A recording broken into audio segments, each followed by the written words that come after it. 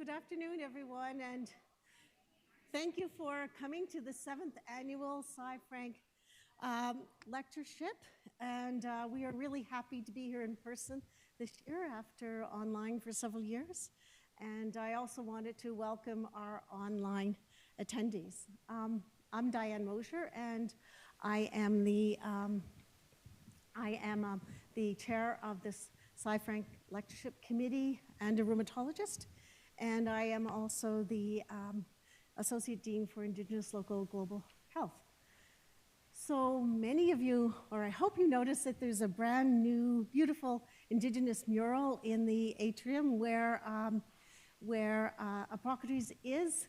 And this mural represents the beautiful land of southern Alberta which we share, live in, and play in. And because of this land, I wanted to acknowledge that this is the traditional land of the people of Treaty 7, which include the Blackfoot, including Kainai, Piikani, and Siksika, the Tsuut'ina First Nations, the Stoney Nakoda First Nation, including Bearspaw, Wellesley, and Chiniki, and also is the home to the Métis Nation of Alberta, Region 3. So just a few housekeeping notes that at the end of this, of the lecture, that there will be a question and answer period.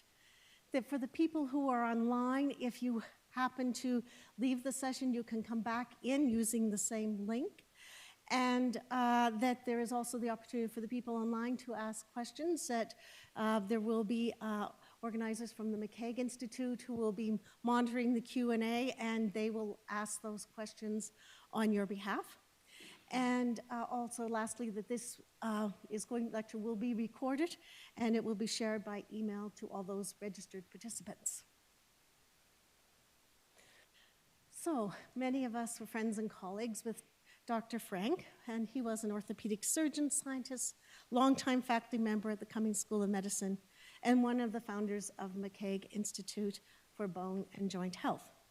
He was internationally known and acclaimed for his visionary efforts to lead and champion the value of multidisciplinary clinical research and the application of these research to innovative solutions to clinical care. Upon passing in 2015, the University of Calgary and the Cummings School of Medicine established an endowment to create a visiting lectureship to honor his legacy.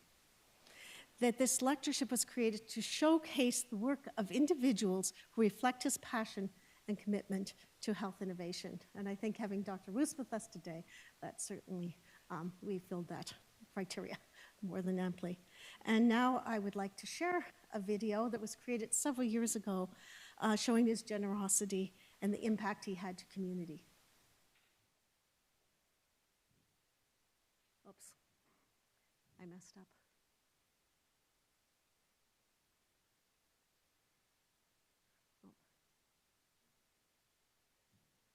Will it go? Do I have to hit it again?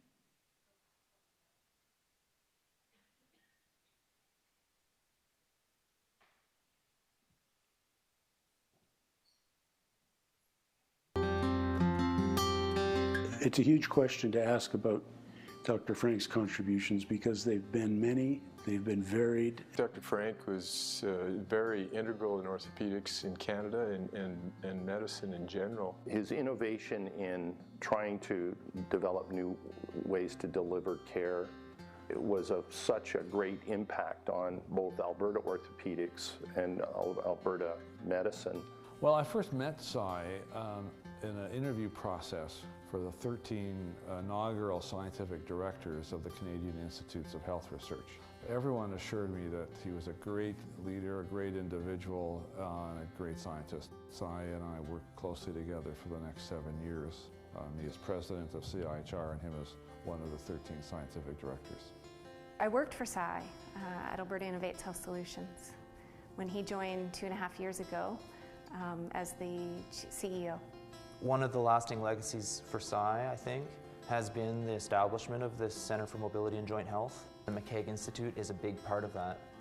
And what Cy always believed was the power of putting an engineer together with a clinician to have that collaborative environment. As a researcher, he had the respect of the entire orthopedic research community throughout the world. One of the great attributes that Cy had was his ability to put it all together, to form a plan, to get people behind that plan, but then to be able to implement the plan. And that is very, very hard. Engineering, kinesiology, nursing, rehab medicine, the hard sciences, rheumatology, orthopedic surgery. That was all his vision, and he wanted us all mixed up. He was adamant that we had to be all rubbing shoulders day to day in this multidisciplinary group. Cy really believed that research could inform better clinical care, but he worked in the real world, and he understood how he had to make changes locally, how he had to make changes provincially, how he had to affect change nationally. And that really earned him a reputation in Canada and beyond as somebody who passionately believed in better clinical care for people. He had a really strong vision around the value of sharing health information and what that could mean for the improvement of providing services to the patient. He struggled with some of the injury-related things that many of his patients did, and that helped him, I think, identify with patients. I think that's what really made him who he was and why he has garnered so much respect, is because of that ability to relate to people, no matter their background, no matter where they come from, and be able to bring people together to share ideas. People felt like he was genuinely interested in what they had to say because he was. The lectureship is intended to promote and to make sure that those enduring qualities that Cy represented are continued even now that he isn't with us. I think he'd say keep going. You know, he leaves behind a real huge number of champions that are trying to make the world a better place, that are trying to make it better for patients and it better for clinicians.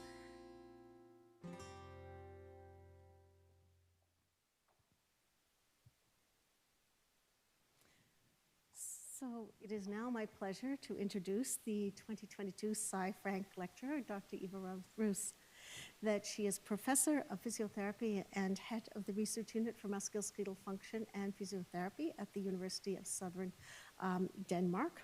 Her research focuses on osteoarthritis research from lower limb injury and on outcomes methodology, including the development of COOPS, which is knee injury and osteoarthritis outcomes score. Dr. Roos is an innovator and a prolific researcher in the field of musculoskeletal health with over 275 peer-reviewed publications. However, what is impressive and impactful is her ability to translate that research into clinical tools that can be easily and readily implemented in multiple clinical settings. A prime example of that is the GLAD project, Good Life and with Osteoarthritis in Denmark, which is a project for people with hip and knee OA. Since 2013, over 6,000 clinicians have been trained, 85,000 people have benefited from this, including my friend who was able to cycle with me last week for 6 days after receiving the program in rural Nova Scotia. So that was...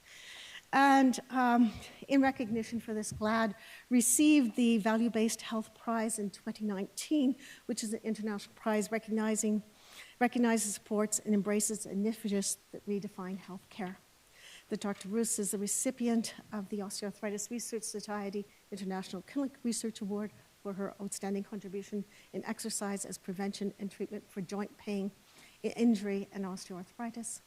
And she, in addition, in 2014, awarded the Queen Ingrid of Denmark's Prize for Outstanding Earth Research by Queen Margrethe II of Denmark and the Danish Rheumatism Association. So without further ado, Dr. Roos.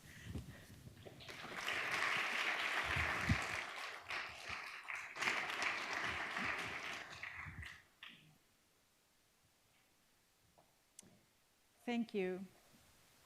It's such a pleasure and such an honor for me to be here today. The first time I was in Calgary, and the first time I met Dr. Cyril B. Frank was in 1986. At that time, that was when the skating oval was being built. And these are some photos from the Christmas party in the biomechanics lab, where I worked as a young, unknowledgeable, and quite naive research assistant, under the supervision of Dr. Herzog. This is the way he looked, 1986. Benedict in the middle, and my friend, Aileen, with a wonderful hairstyle from the 80s. So, I like to run. And I have to tell you this because this is the part of the story that I'm going to share about how I first met Cy. So I like to run, and I've done a marathon or two maybe, but what I really like to do is to run orienteering. That is something you do in the forest, and you use a map and a compass to find your way along a set route. And by default, this sport most often occurs in the forest. So to get to an orienteering event, you need to get out of the city. And shortly after I had arrived in Calgary, there was an event. It was the Western Canadian Championships in orienteering in Kananaskis. And my supervisor, Dr. Herzog, very kindly offered to drive me to this event. He's also an outdoorsy person, so I think he thought that he could go for a run as well when we were there. Maybe you did orienteering in the military, I don't know, Walter. Eventually, off we went in Walter's little car, but we did not make it very far because the car broke down right outside this very hospital. So we were sitting there looking at each other, and I thought, okay, that was that. Something else will happen today that will be memorable. But Walter had an idea. He said, let's go into the hospital and see if Dr. Frank is there.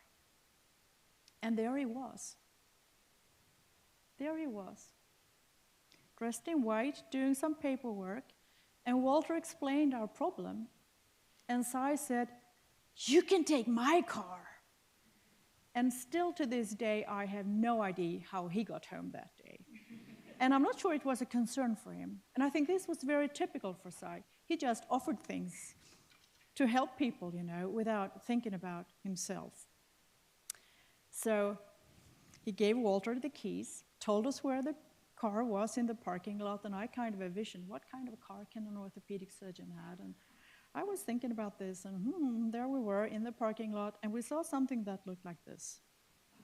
It was a bit more rusty, maybe a bit more dirty, and there was definitely a wire holding the hood down. I remember that because I thought that looked very, I don't know, maybe cool, maybe fearful. We looked at each other again. We jumped into the car, and Walter turned on the engine, and off we went with a roar. And we made it in time for the event. I think this is a very typical story for what Cy did for his friends and people that he had no idea who they were, actually. This was the very first time I met Cy. And I can see that Ryan Frank is sitting up there. And I don't know if you remember it, but we have met. So I met you in Sweden when you were a teenager. And there were some exciting days. And what I would like to share one story. And that was, we were at a conference dinner because Cy had given a talk. And I asked you to dance with me after the dinner. And you were very embarrassed. I think it was a terrible moment for you. And I promise you that I will not embarrass you again. And read this out loud, but I have something for you. This is actually a Christmas letter that your father sent to me in December 2014, where he speaks about his job, and he speaks about how proud he is of his 2 sons. And he also speaks about his hopes for the future. So this is for you. So, I have seen patients for more than 40 years. And I've done research with joint injuries and osteoarthritis for about 30 years. And there are some things that bother me.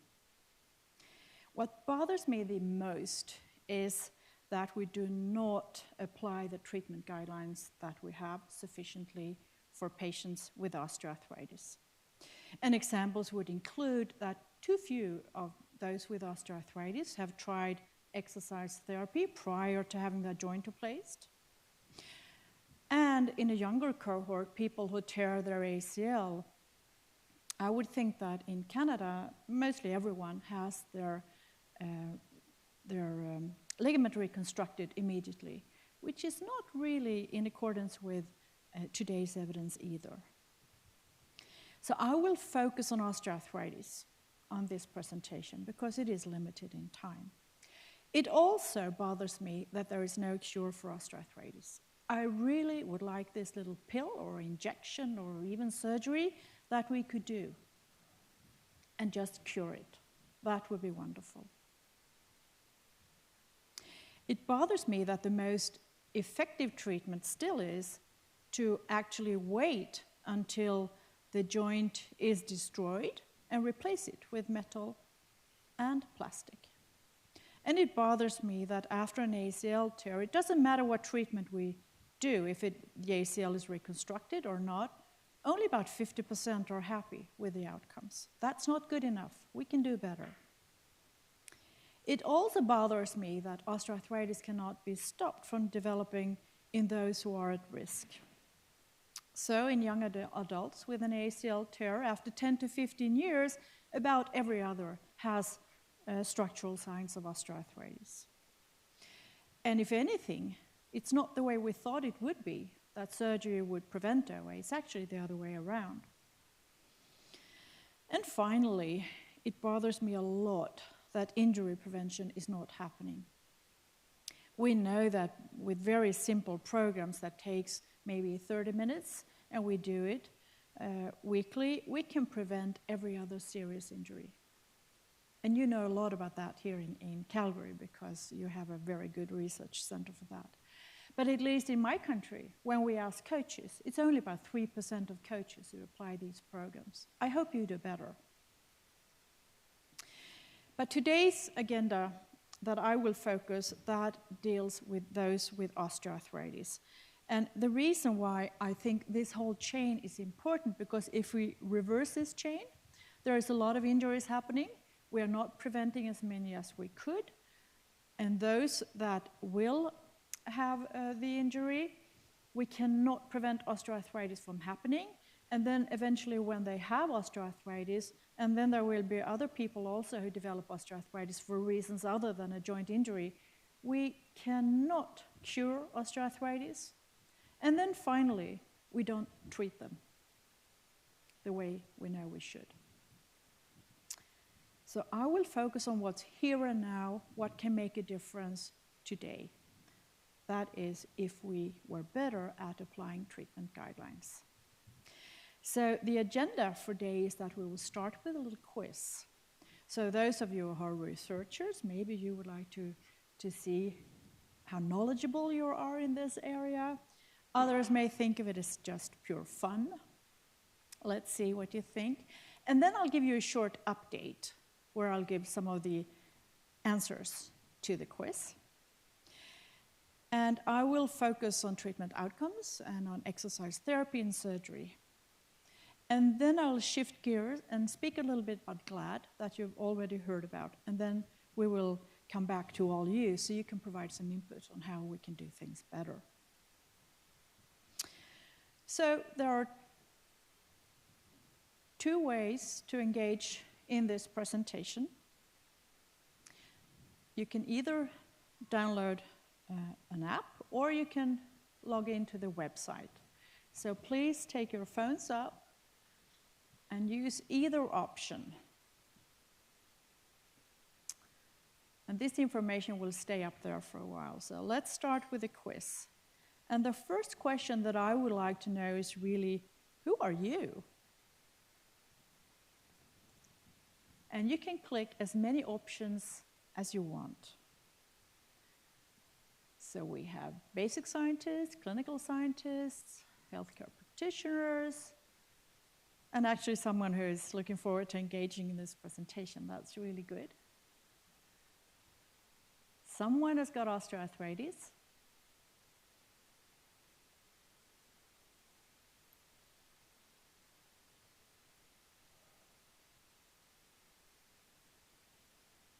Just as many doctors as those with osteoarthritis. That's an even distribution between patients and doctors. A chiropractor, and even those who are remotely respond to the poll, of course. So we will get input also from those that are joining us remotely.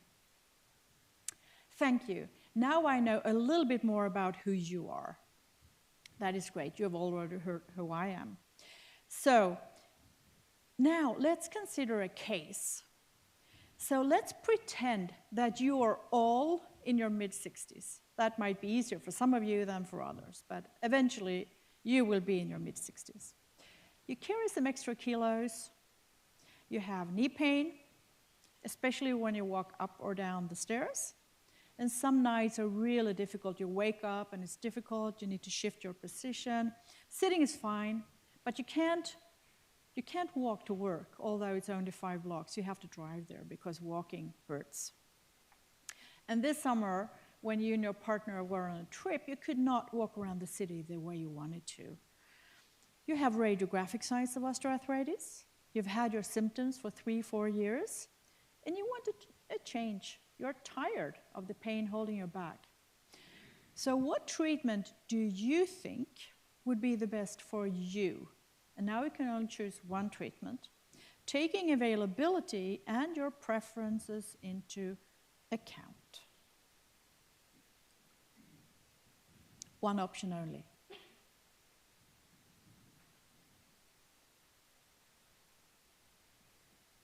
Weight management program, exercise,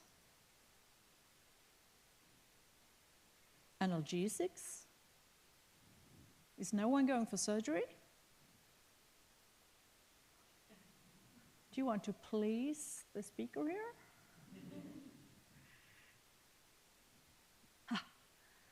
Thank you. I think it's very reasonable with the surgery. Surgery is a great procedure.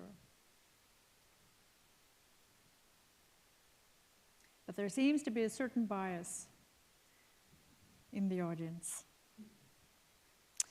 So let's shift gear and talk about the economic impact of osteoarthritis. The direct and indirect costs range from 1 to 2.5% of the gross national product in countries with established market economies, including Canada. So is this more, less, or similar to the proportion that Canada spent on its defense budget in 2019? So what costs more, osteoarthritis or your defense?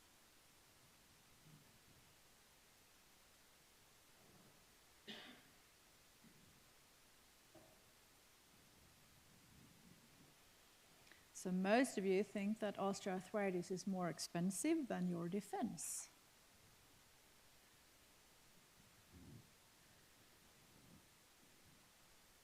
So I'll actually give you the answer right away. It's about similar cost. You spend as much on your defense as on osteoarthritis, or maybe the other way around is the way to think about it. Okay, so how does the pain-relieving effect from paracetamol, NSAIDs, opioids, and exercise therapy compare? So now you're going to rank them from the smallest effect to the highest effect. And here it is important to know that when we do drug trials, we can use placebos as a comparator. But when we do exercise trials, there is no true placebo comparator because you cannot fake increased heartbeat and all that. So in exercise trials, we have compared to either no control or minimal intervention. Okay. What alternative do you think is the correct? From the smallest to the highest pain-relieving effect. And I would like you to rank these 4 treatments. So as of now, most think that exercise therapy is the least effective treatment and that opioids has the greatest pain relieving effect. Now there is another winner saying that paracetamol has the least effect, followed by NSAIDs and exercise therapy.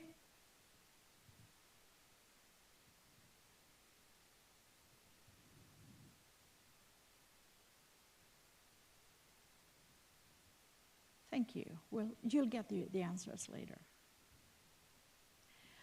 So now I would like you to think about patients that are eligible to have their joint replaced, their knee replaced. We're talking about knee replacement. So on average, these people have had long-term pain. They have functional limitations. They have moderate to severe radiographic osteoarthritis, and most of them are obese. So when they are in a study where they either have the surgery directly, followed by a 3 months rehab program, or they have a non-surgical rehab program of 3 months only, and no surgery, how many do you think had their joint replaced at 1 year? And when you enter such a study, you can have the surgery whenever you want. You just have to call the surgeon and you'll get into surgery. So do you think it's 25%, 50%, 75%, or 100%? So how many of these people who started out with a non-surgical treatment program only had had their joints replaced within 1 year? So most of you think it was half.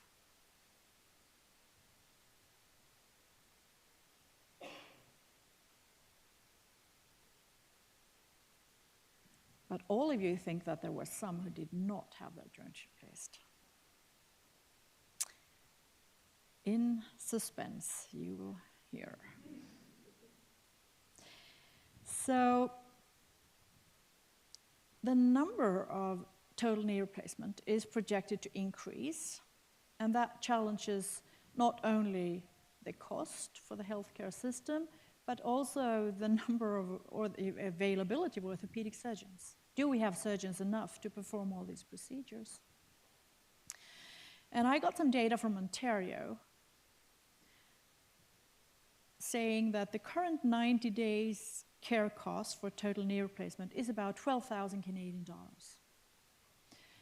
And as you may have suspected, there are other treatments that can be viable for these patients. And exercise therapy and education is one such option. So the question to you now is, how many patients could be treated with a minimal recommended dose of patient education and exercise therapy, which is 1 hour exercise therapy sessions twice weekly for 6 weeks and 2 educational sessions for the cost of 1 knee replacement?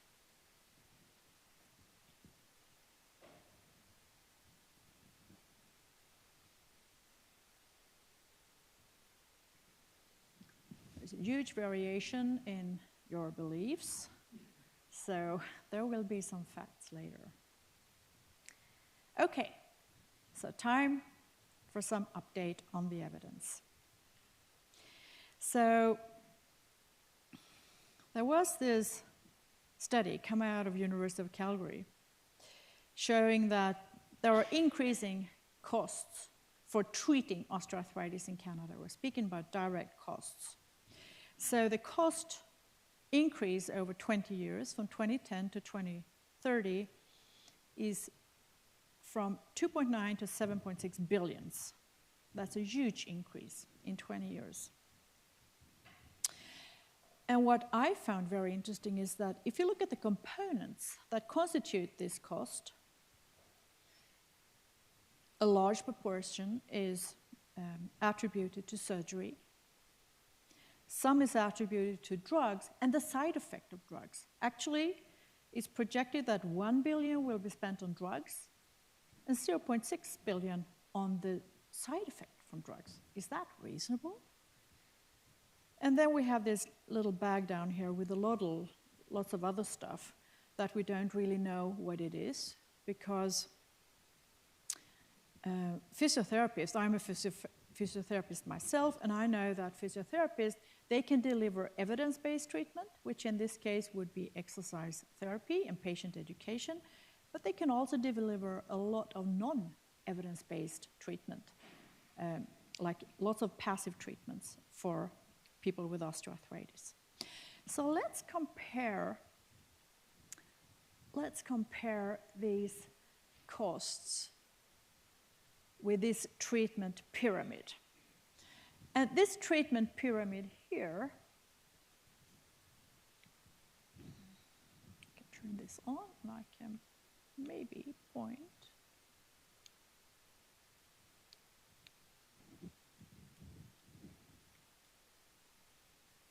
I cannot. Well, anyway, so people who seek medical care because of osteoarthritis, what the treatment pyramid says is that it summarizes the recommendations that are universally accepted. The first line treatment should be education, exercise, and weight loss if needed. That is something that should be offered to everyone who seeks medical care for these conditions. If the treatment effect from that is not sufficient for that patient to live his or her life the way they want, you should add on a second line of treatment, which would be drugs, or it could be aids, or some kind of passive treatment. For example, it would be very reasonable to use passive treatment to increase range of motion in a stiff joint. If that is not enough, you should be referred to an orthopedic surgeon who can determine if you're eligible for surgery or not. But it's very few that are eligible for surgery. So, for example, there's a study in the UK that looked at everyone who sought care in primary care with a general practitioner in the UK. And it was about 12–15% that fulfilled their criteria to be eligible for surgery. So the large majority of the patients that we treat, they should be treated in primary care. If you then compare that to the costs, you can see that about 2/3 of the cost are projected to deal with surgery. There's a huge mismatch. And for the green component there's about 15%, and I would say it's only a fraction of that is evidence-based care. Most is probably not. So I think we need to consider how we spend the money, if we spend them wisely. So why am I talking so much about exercise? Well, it is because it is old news that exercise therapy is evidence-based treatment for patients with osteoarthritis. So now I actually would like to point to Terry. I'm changing my mind. Thank you. So, what you can see here is a list of all the randomized controlled trials that studied exercise as treatment for knee osteoarthritis, published from 1992 to 2012. There are about 50 studies during these 20 years. And if this little estimate is to the right of this line, that means that the result favored the exercise group. And when these whiskers no longer cross the midline, that means that the uncertainty is so small, that there is no chance that the treatment result could be in favor of the control group. And this is a cumulative forest plot. So this is the first study, this is the first and the second, the first, the second, and the third, etc. So when we do it this way, we can see that already in 2010, there was high-quality evidence that exercise relieves pain in people with osteoarthritis. So we've known this for a long, long time. And when we compare it to no minimal intervention, the effect size is moderate, about 0.5. And it's actually waste to do more studies in this area because we know this. It would be wasting patients' time and resources to do more RCTs in this area. So if we compare the treatment effects, we usually do that with something we call effect size. And usually 0.2 is considered a small effect size, 0.5 is a moderate effect size, and 0.8 is a large effect size. And these are these are only non-surgical treatment methods. And as you can see is that exercise is actually the only one that has a moderate effect size.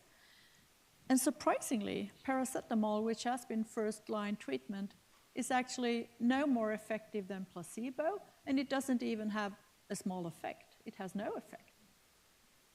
So there is no role for the use of paracetamol as a single agent in treating people with osteoarthritis. NSAIDs is somewhat better. And a conservative interpretation of this is that exercise is at least as effective as drugs and weight loss with no side effects. Because remember the difference in comparison groups.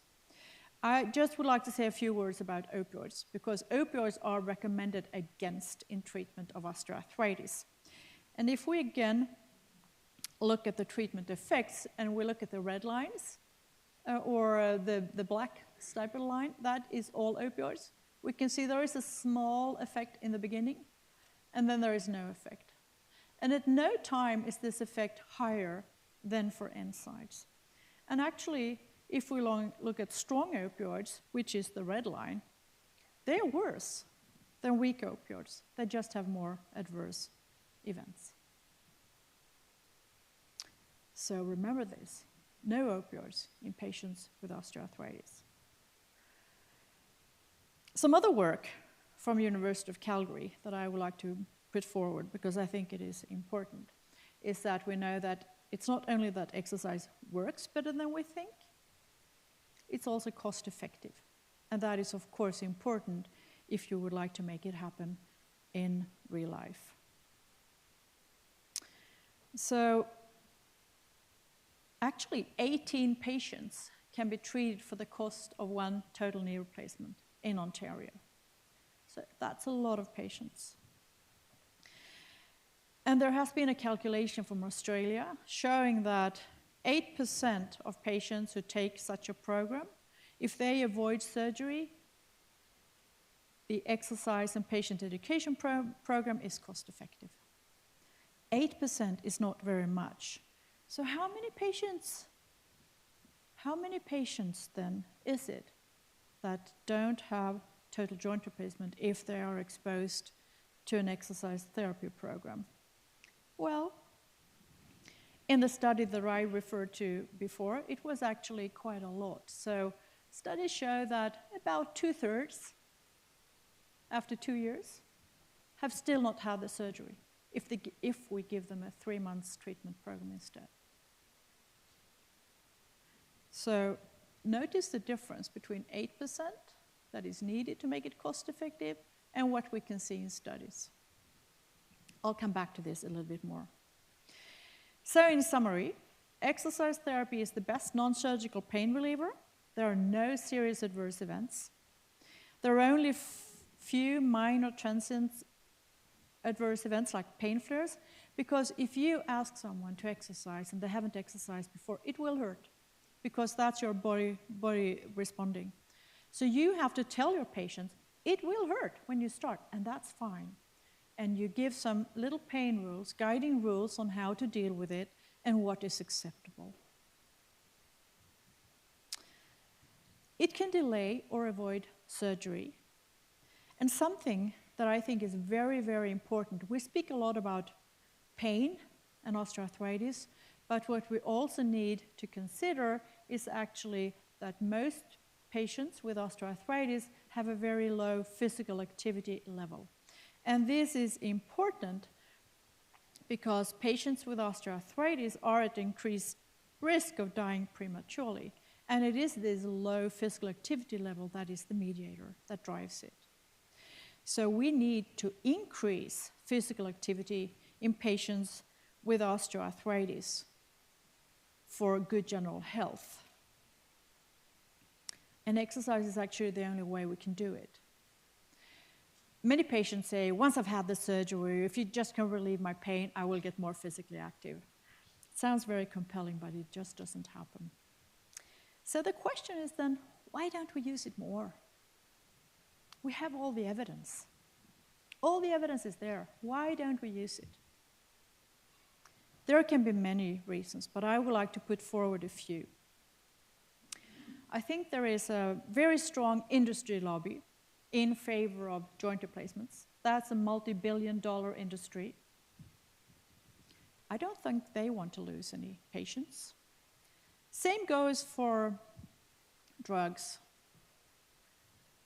They want to sell their pills as well, no matter if they work or not. We also have, it's also a cultural thing. I don't know about you, but when I was brought up thinking that if you have a disease, you either treat it with a pill or with surgery. That's how you treat disease. And I have been teaching at med school in my country, at my university, and I know that that is what you learn as a doctor as well. This is what you're taught. You treat disease with drugs and surgery. There is very little about lifestyle changes or other things that doesn't sound very sexy. But maybe we need to reconsider. So let's talk about joint replacement. Joint replacement is a fabulous treatment. It has helped improve the lives of millions and millions and millions of people all around the world.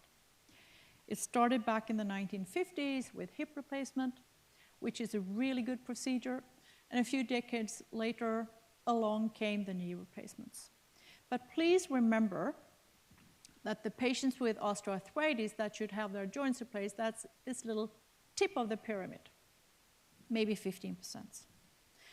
So let's then look at the provision of total joint replacements in different countries.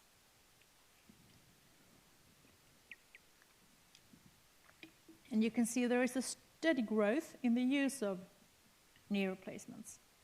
So on average, it has increased from 55 per 100,000 in the population 20 years ago to 140 in recent years.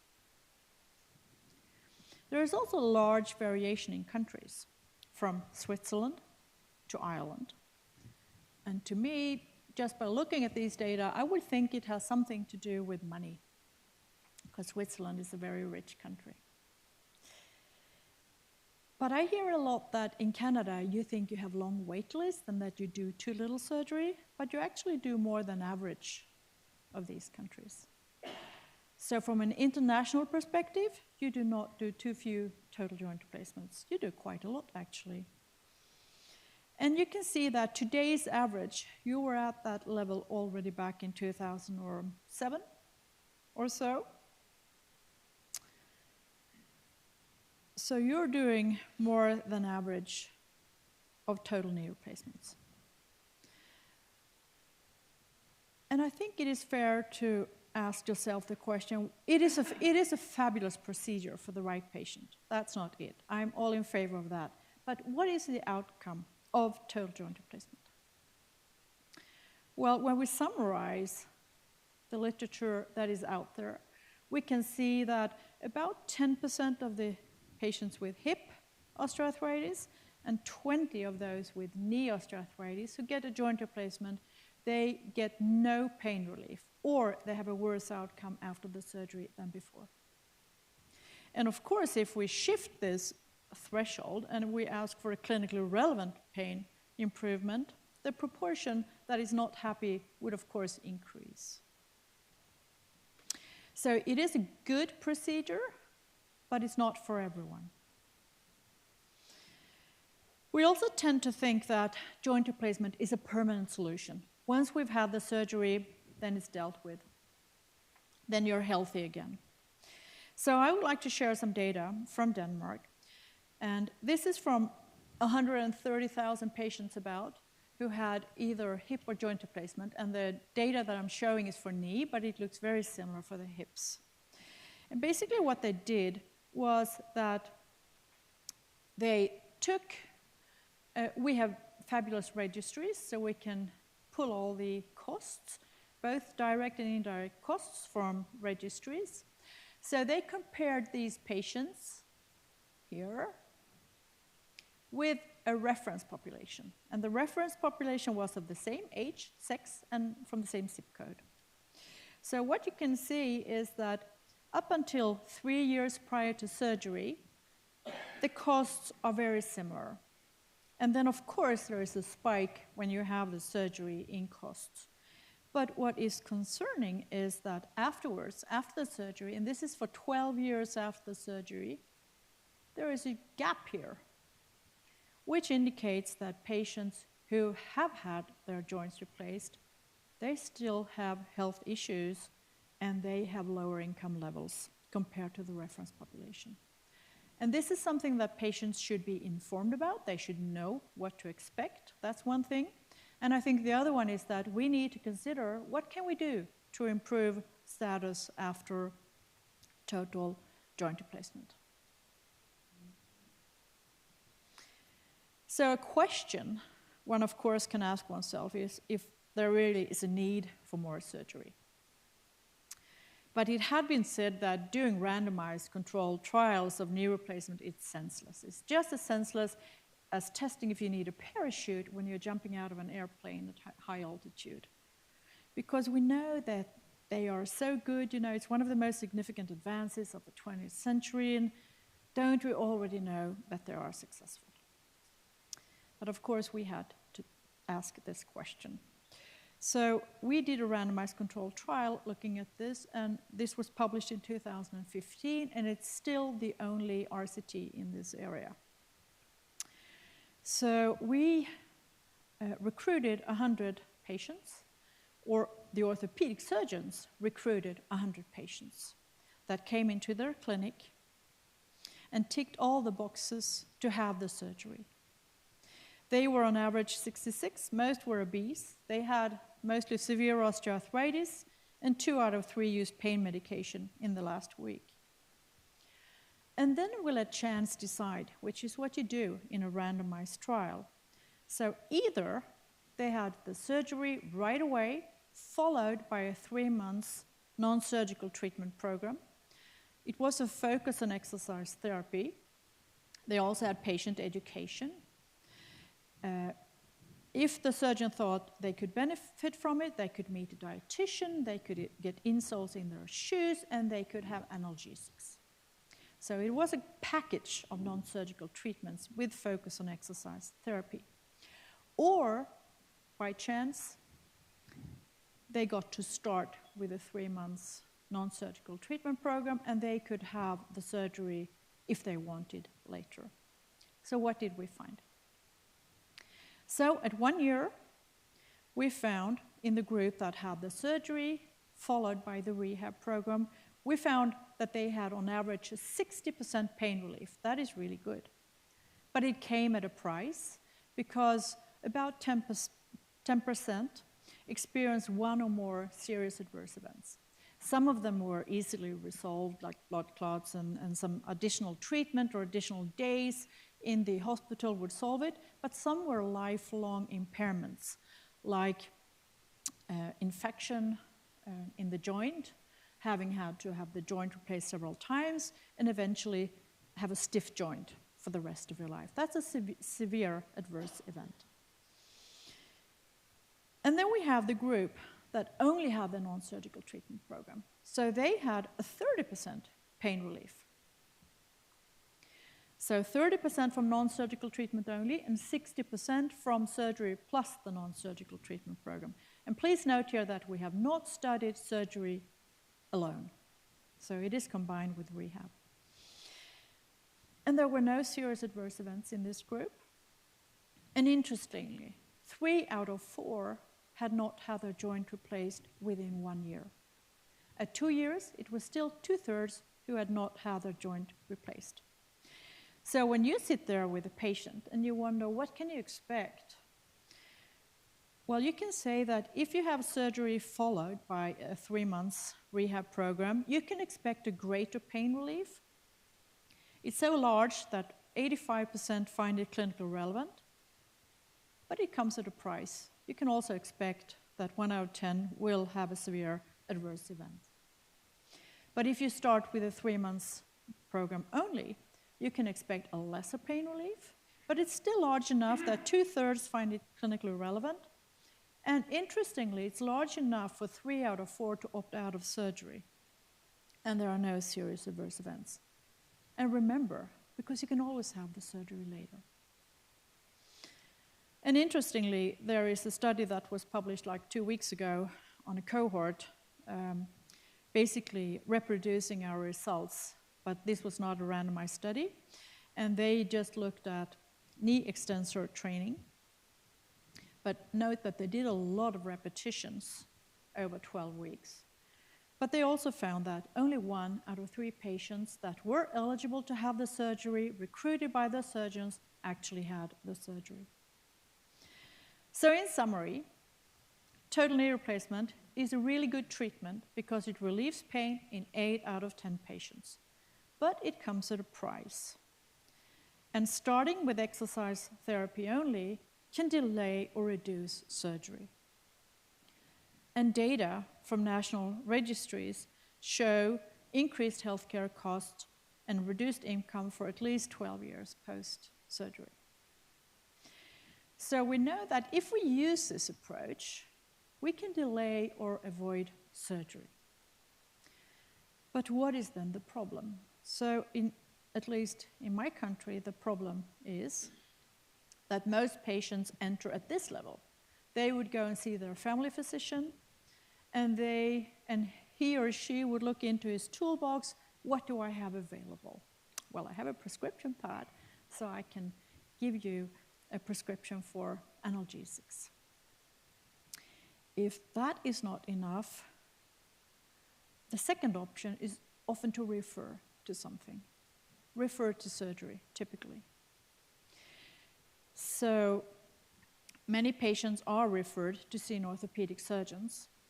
And at least in Denmark and Sweden, this is very frustrating for surgeons because they say that we only operate 50%, maybe only 30% of those patients you send to us.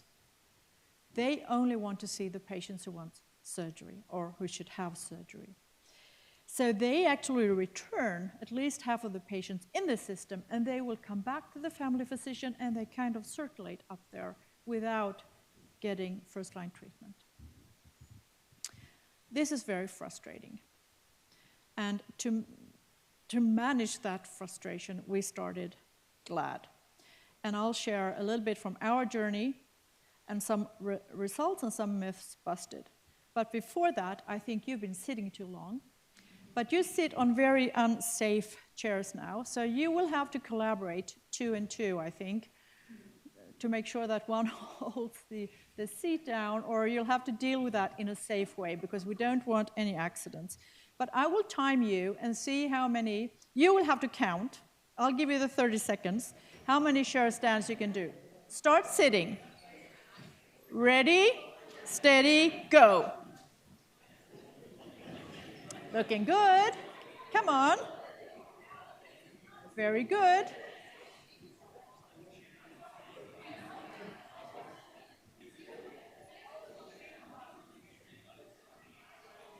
Doing a good job there, Walter. Like that. Come on, a few more seconds to go. It's not over yet. 30 seconds is a long time. Thank you. Anyone who could do more than 30? You're on a regular chair up there. That's good. Then you could do as many as the patient with osteoarthritis in Denmark who's attended the GLAD program. The maximum we have in our registry is 30. Good for you. The average for a participant with osteoarthritis in Denmark is 12. And what we can see after 6 weeks of exercise and patient education is that they improve on average 2.2 times. So they can do more, objectively measured. So what is GLAD all about?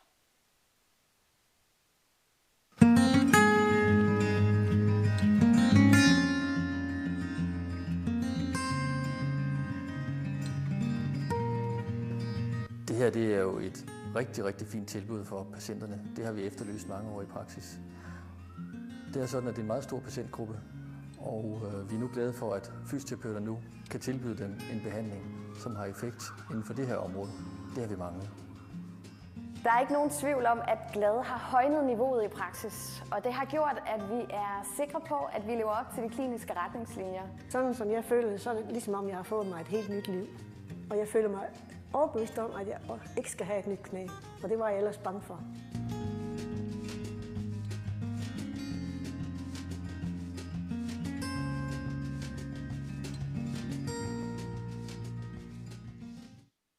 So GLAD is really not a spectacular new treatment. It's just a way of packaging the evidence to meet clinical guidelines and how we can deliver it in clinical practice. It's as simple as that. So GLAD has 3 components. We give a 2-day course for clinicians. They go home in their clinics and they deliver a program, 6 weeks of exercise and 2 weeks of patient education. And then we register the data in a registry. And you have GLAD Canada. So that is your own registry. There is a separate registry in each country. So we often get the question, why did you do this? Because as an academic, when you're supposed to do research and publish it, this is a career killer. Because it takes a lot of time and effort, and in the beginning you have no data to publish on. It took us many years before we could publish anything out of this. Well, it came out of pure frustration. I had been sitting on clinical guideline committees in several countries, and I knew the evidence, and it just got more and more strong. So we had been talking to healthcare administrators for 3 years about implementing clinical guidelines in clinical practice. Because the National Board of Health had put all this money into doing clinical recommendations, which is what we have. So there they are, but there is no one sitting by the phone wondering how do we put these out in real life. And you don't get sued if you don't use them. So there are like no mechanism to implement them. And we had all these discussions, and there were all these barriers. And they all related to politics, organization, or financial incentives. Nothing that we could do anything about as researchers. But anyhow, we were so frustrated that I teamed up with Søren Skov, who is now my fellow professor, but was my PhD student at the time. And let's do something about it. So we decided to do it the only way we could, because we are clinicians and scientists, and we had not read the great book of implementation. So we decided not to speak to politicians, not to speak to healthcare administrators, and not to speak to decision makers anymore. We actually decided to speak to journalists, patients, and clinicians. So instead of using the usual top-down implementation method that we often see, we did bottom-up, because it was the only thing we could do. We did not have the skills to do anything else. And GLAD has become a great success. And this may be one of the reasons why it is a success. So GLAD is today available all around the world, in many countries. And in 2018, there was a cousin, GLAD Back, that was developed, which started here in Alberta in 2021. And GLAD Canada was actually the first country to join, or they did not join us, they forced us to share our concept with you, because we did not envision that this should be an international collaboration. But Eileen Davis in Toronto, she persuaded us that this was a great concept and she wanted to bring it to Canada, and so we did. So now we have the GLAD International Network, which is a collaborative group, but all countries own their own data. So GLAD won the Value-Based Healthcare Prize in 2019. I think this is a big honor, not only for the GLAD program and us, but actually for everyone who works in MSK.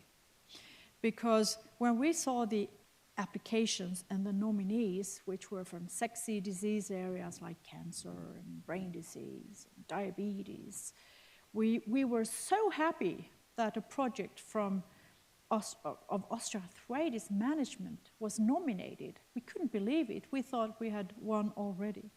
But eventually we won the whole thing. So I would like to share that with all of you. You should feel proud that we're up there.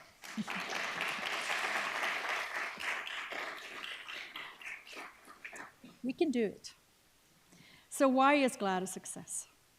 Well, I think it is because we wanted to bridge the gap, and we just did it.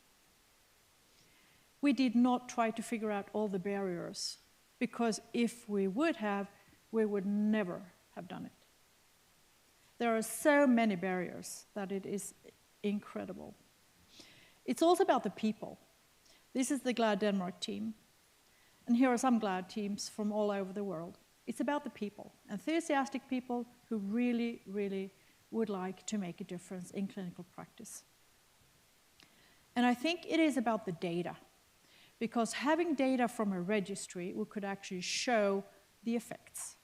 We could show that people take less painkillers, we reduce the pain, people walk faster, we improve quality of life, and we reduce sick leave. Those are quite compelling arguments. And actually what happened in Denmark was way beyond my expectations, because in one of the 5 healthcare regions, the healthcare region actually came back to us and said, we wonder if we should change the reimbursement system to fit this program. Wow. That was really, really unexpected. And let's see if more regions will follow. And I also think that the fact that we spoke to as many journalists as we could was very helpful, because we got the word out there, and I think getting it on national 7 o'clock news when the favorite family physician in Denmark, you know, said, this is breaking news up here, told that you should exercise your pain away. When that was on TV, patients starting calling their family physicians, and they wanted the program. So that was a real turning point. So awareness is important. And here is the Minister of Health that we, together with the Arthritis Society, got to try the program, and she had a very good core strength, by the way. So, some results and some myths busted. So what we can see a pain relief, we can see that people eat less painkillers, they walk faster, and they have an improved quality of life. We do annual reports, so do they do in Canada, so you can, all these data is publicly available. What is interesting is that 8 out of 10 patients actually have very good adherence, so they do 10 of the 12 supervised exercise sessions. That is very unusual. What is also unusual is that we can see that the results are maintained at 1 year. So there are some myths. The first was that people want quick fixes. Everyone wants surgery. This is never going to work. That was one of the things we heard in the beginning. And I think we've shown that this is not true. There are actually many people who would like to try alternatives. And again, I would like to point out, this is not about exercise or surgery. This is about in the order you do things. You should try exercise and other non-surgical treatments prior to going for surgery. That's the whole thing. So it's not either or, it's how you do it. So as of last year, there was about 85,000 patients that we have in the different registries. Clinicians want to do their thing. That was another thing we heard over and over again. And I think we have shown that it is possible to empower clinicians to deliver evidence-based care in accordance with clinical guidelines for osteoarthritis. And they can individualize the treatment, and they can add on other treatments that they think the patients need, but they should deliver the core treatments. And we have by now taught more than 5,000 clinicians. And I think it is important what our local GP says. He says, I don't want to refer to physiotherapy because I'm not convinced it works. And he is right. Because physiotherapy is a profession, it's not a treatment. And physiotherapists can deliver evidence-based and non-evidence-based treatment. So many who refer, they prefer to refer to a known program. They know the content and they know the results, of course. So change is needed. And why not now? Why wait until tomorrow? So what can we do to make this happen? What can we do to increase adherence to how we do things? And when I think about that, it is overwhelming because there are so many different aspects that we could address, and we could do it in so many, many ways. So just thinking about changing the curriculums in med schools and competing with everyone else and all these other things, it's overwhelming. So instead of thinking about everything you can do, I would like you to take the just do it approach and consider, what can you do to improve osteoarthritis management tomorrow? What can you do when you see a patient tomorrow or a relative tomorrow? What can you do? Give us your best tips.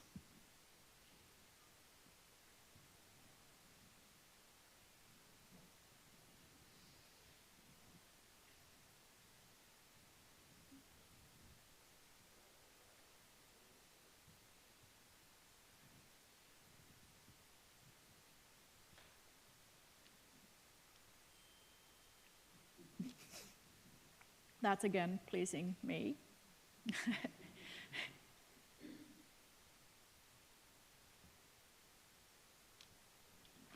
I love to think that I'm that persuasive, but I think you have other options as well, don't you?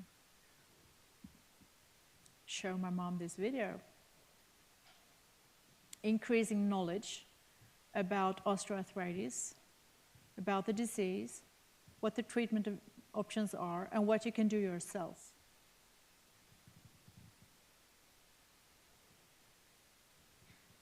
Patient education is really, really important. I would not do an exercise study these days without including patient education.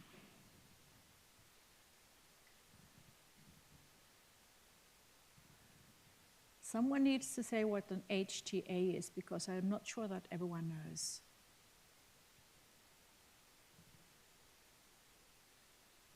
Exercise with parents. Talk to local GPs. So in Denmark, we actually gave the clinicians that we trained, and I think you do that in Canada as well, t-shirts, where it says on the back, do you have hip or knee pain? Ask me, because I've been to a GLAD course. And we told the clinicians to put it on when they went to the supermarket or so to see if they could find any patients and get questions. So you need to be very proactive, you know. And in Denmark, others would hop up on their bikes and bike to their local GPs and hand out some kind of material.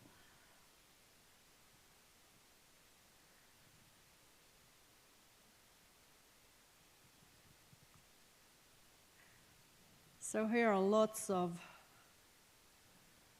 good suggestions. Thank you.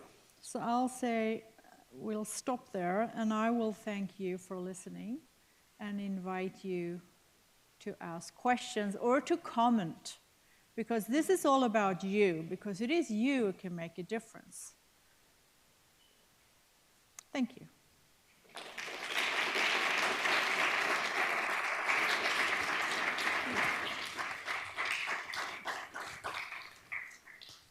Thank you for the wonderful talk. It was inspiring.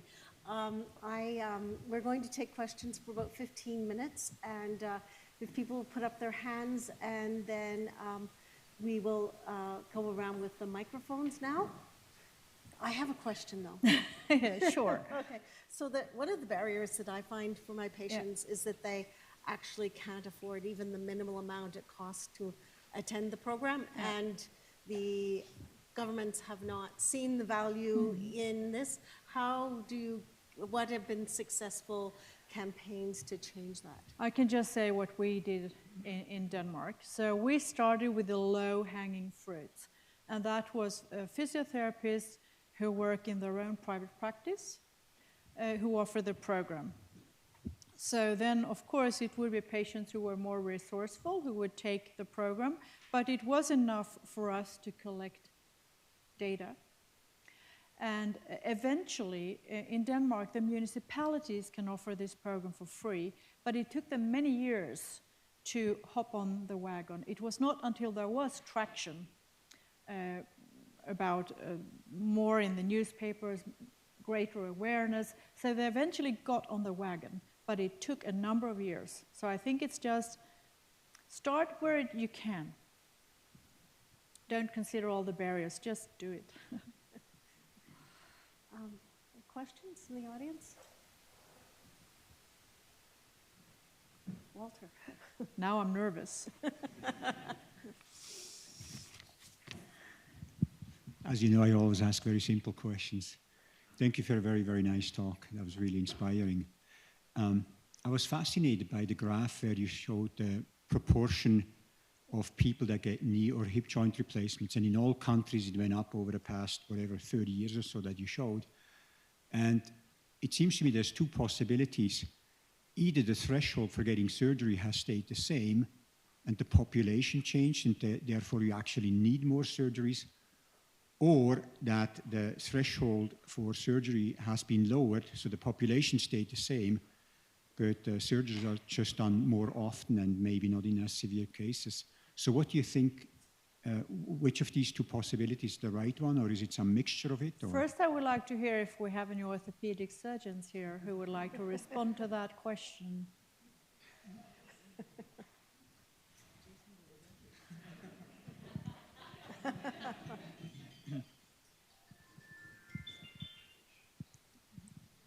That's a great question.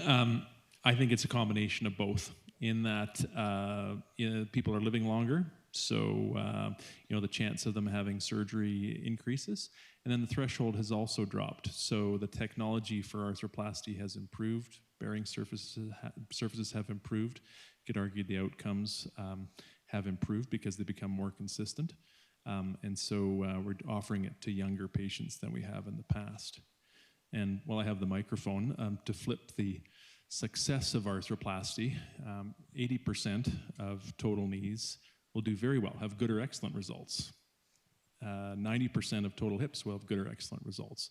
There's no other surgical procedure in the world that has that kind of result. So I think it has its place, but it'd be great if everyone that arrived in an orthopedic surgeon's office had the GLAD program, had exercise, been clearly failed other non-surgical treatments before they arrive at our doorstep.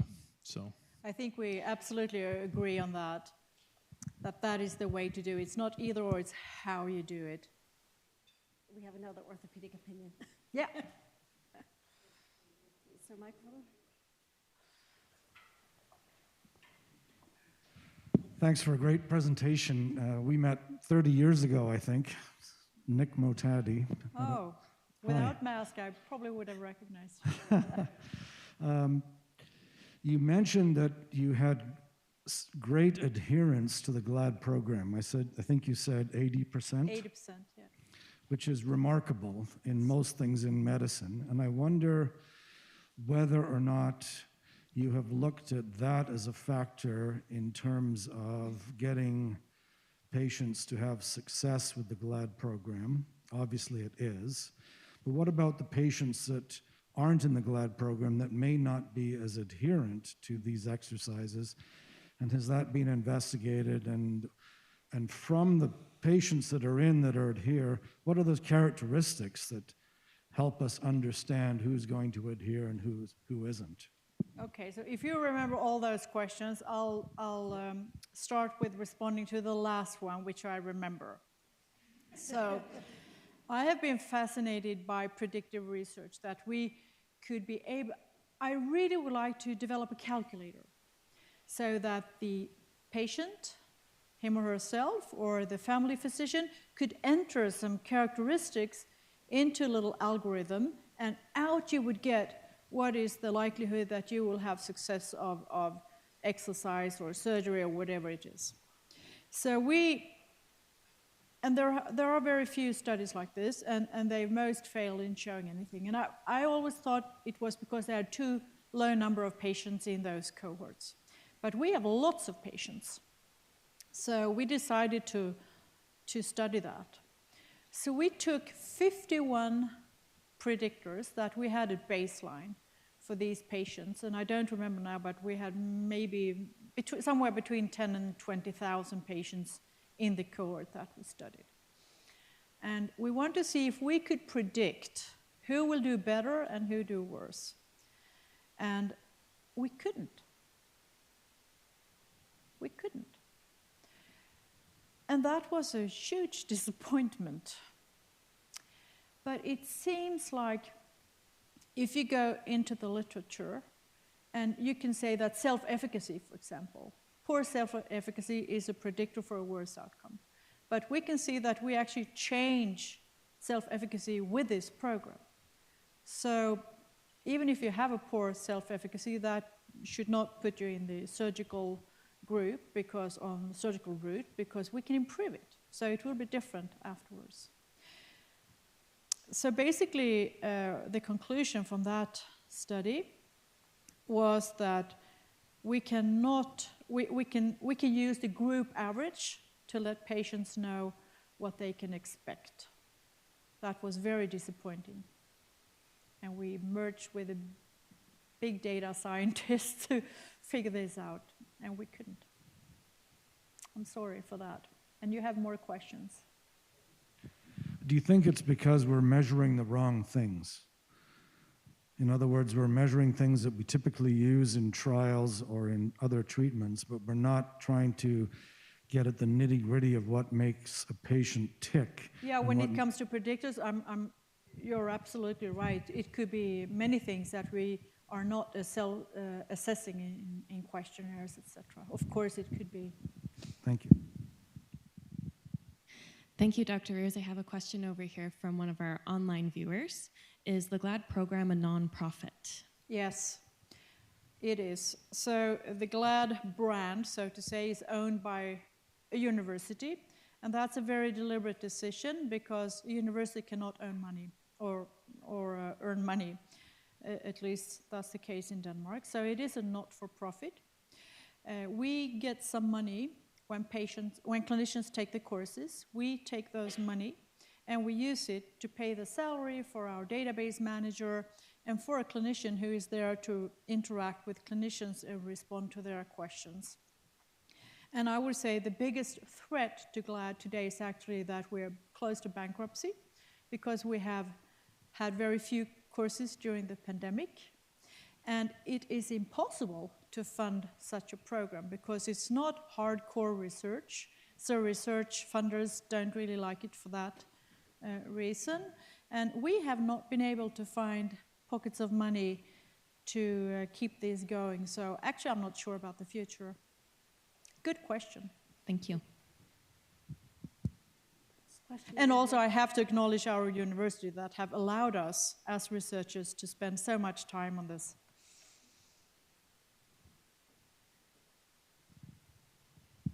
Thank you for the inspiring talk. Maybe a slightly related question. I wonder whether you have a plan to make all the exercise programs available for anyone, so that people so can the go. exercise program was actually published as an appendix already back in 2010. I see. So it doesn't there need is to go nothing to dramatic clinicians? or strange with that. So do you see any problem if people just look up online and just do it No, themselves? No, not at all. I'm happy. I'm happy as long as people get to try exercise and get patient education. Not a problem. As I said, there are no fantastic treatments in this. It's just the way we have packaged things to make it easy. Eva, and very, very nice talk. My question relates to knee OA can be patellofemoral and tibial-femoral, both, or just one compartment. Does the program that you've sort of developed consider patellofemoral OA, because it's a much tougher sort of beast to be trying to alleviate with different types of exercises? No, it does not take that into account. And so what we do is that all exercises except for one are weight bearing. And I think that is, in a way, our way of addressing joint forces, and we put a lot of emphasis on how you do things to improve the patient's trust in their joints. So they feel more trusting in doing daily life activities like walking up and down stairs, rising and sitting, etc. But we have not taken that into account specifically. And I would love if you could share with me a quadriceps exercise that can be done with very cheap or no equipment that is better than the usual knee extension, because that's the only non-weight bearing exercise we have. And I would like to replace it. But for us, it is very important that we don't use any expensive exercise equipment, because we want this program to be available everywhere and that patients actually can go on and do these things if they want in their own homes. So like a leg machine or something like that is not an option. But actually there was a physio in Vancouver when we gave the GLAD course who suggested to take an exercise band and do that. So we have actually added that as the first level of these exercises. So maybe that's good for your patellofemoral patients. I have a few more questions coming in online over here. So I'll combine two here. Do you have any data regarding GLAD participants after they had a replacement?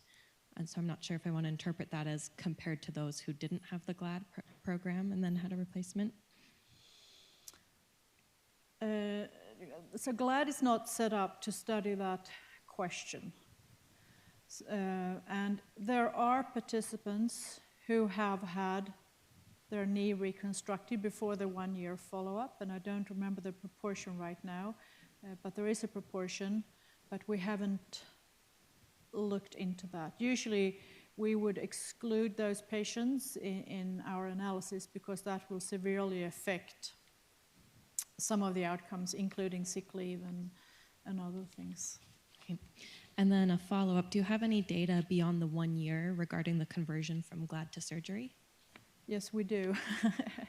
And I don't remember the proportions right now, but we have published a paper just recently for the hip cohort. And it's a larger proportion in the hip cohort than in the knee cohort that go on and have joint replacement. Thank you. I think there's another question here at the front, and then take one more after that, and I think then we should wrap up. I was very delighted in that my wife and I were classmates at Cy Frank. I was a practicing orthopedic surgeon. I always tried to be fit, and I started to look at joint replacements when my brain could not tell my knees to turn anymore. You know, my skis wouldn't turn. 3 years ago, when I was at this lecture, I climbed the steps, but it was at one at a time. I've had both my knees replaced.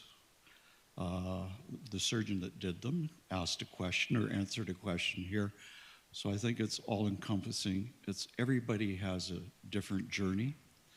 But I think you've been in contact with a lot of people in research. Do you see anything in the basic sciences where we're going to prevent this or somehow curtail it?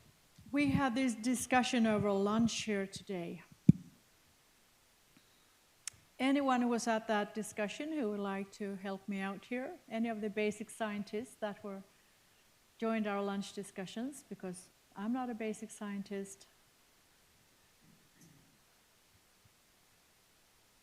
Do you have some promising agents in the making?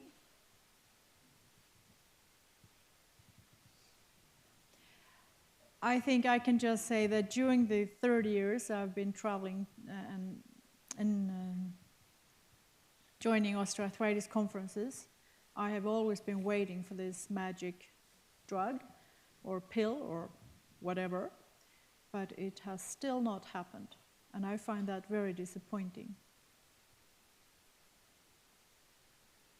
So please, increased efforts in that area.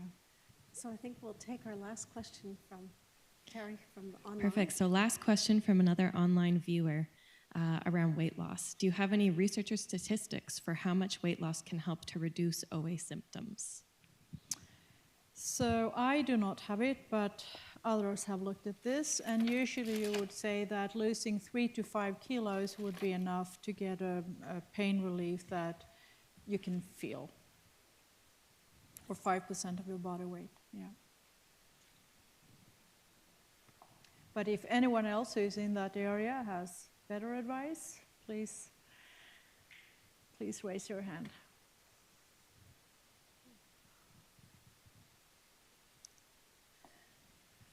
So I would, on behalf of the Advisory Committee, Alberta Innovates, the McCaig Institute, we'd like to thank you. And this is a small token of our appreciation. Thank you. Thank you so much.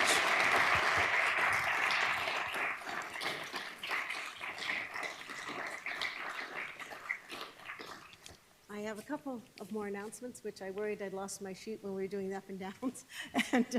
But that the McCaig Institute and the Bone and Joint Strategic Clinical Network are excited to announce that they are partnering on a new funding opportunity and a translational impact grant for bone and joint health that will be awarded for the amount of $50,000.